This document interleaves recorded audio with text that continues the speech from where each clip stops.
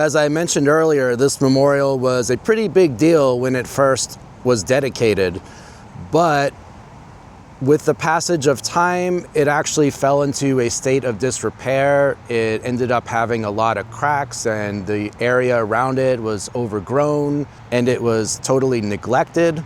But back around 15 years ago, there was a $3.5 million renovation that was done to bring it back to its glory. And here it is. It's just this really beautiful memorial that's right here on the National Mall. It's in this prime location, but at the same time, it's kind of hidden away. People flock to the Lincoln Memorial and World War II and the Washington Monument and other places around here. And this is kind of turned into a bit of a dark horse. It just kind of blends into the scenery here, which makes it really super peaceful and creates this great kind of relaxing feeling when you come here. Again, another reason why it's so popular for wedding pictures. And we're really lucky that there's none of that happening right now. Although it would be cool to record, but it would be hard to really go inside it and film. But yeah, it's made of Vermont white marble, and back in 2011, when all the renovations were finished, there was actually a rededication ceremony on Veterans Day once again on its 80th birthday. So that was really cool.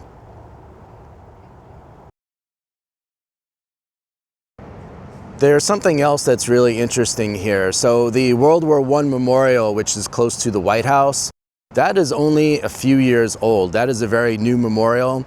There used to be a memorial in that space to General Pershing, and that and this one were really the only memorials to World War I. And there was a big push some time back for this to become the National World War I Memorial to represent World War I veterans who served from across the U.S. And in 2008, the last living World War I veteran at the time, a gentleman named Frank Buckles, he actually supported this. He publicly supported this memorial becoming the National World War I Memorial. And of course, that did not happen. And now there is a National World War I Memorial here in DC near the White House. But yeah, before that existed, there was a big push for it to be this. So it is November 9th today, a beautiful fall day, and the leaves are falling and they're changing colors. The memorial really looks beautiful from a bit of a distance. So I am going to go ahead and take a walk around the perimeter now.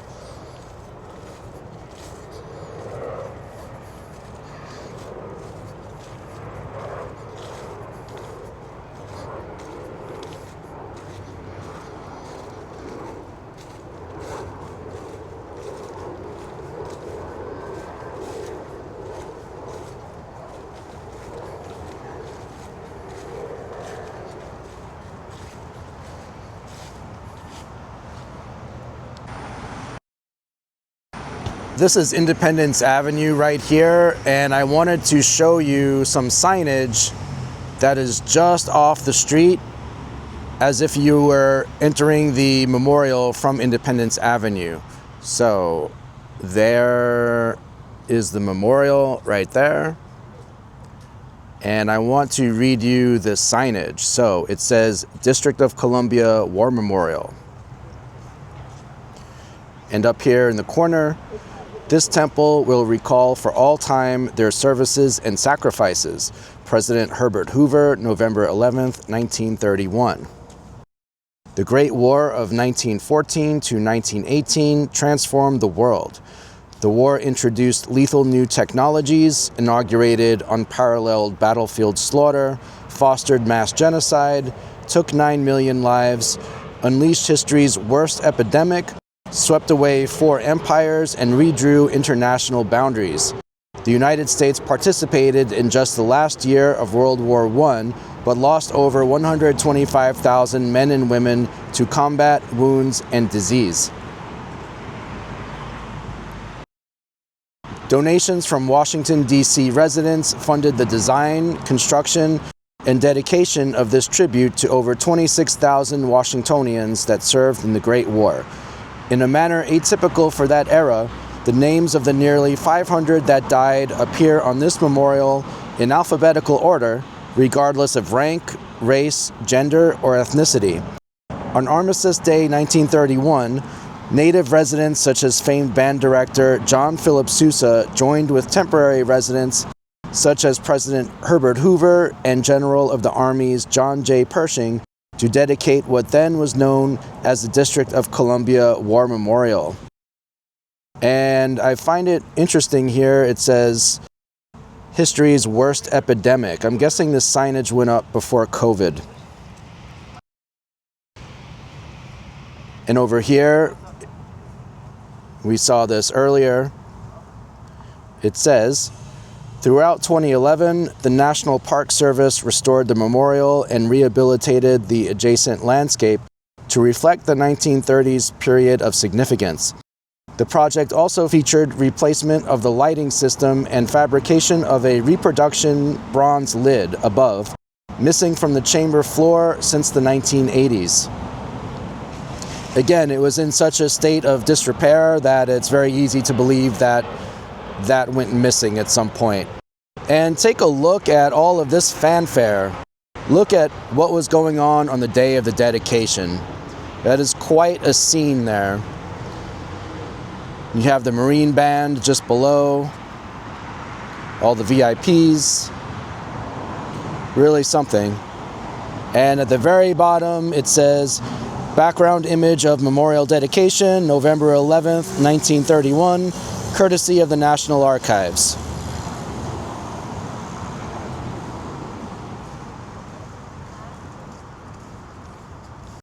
Well guys, thanks for joining me here at the District of Columbia War Memorial.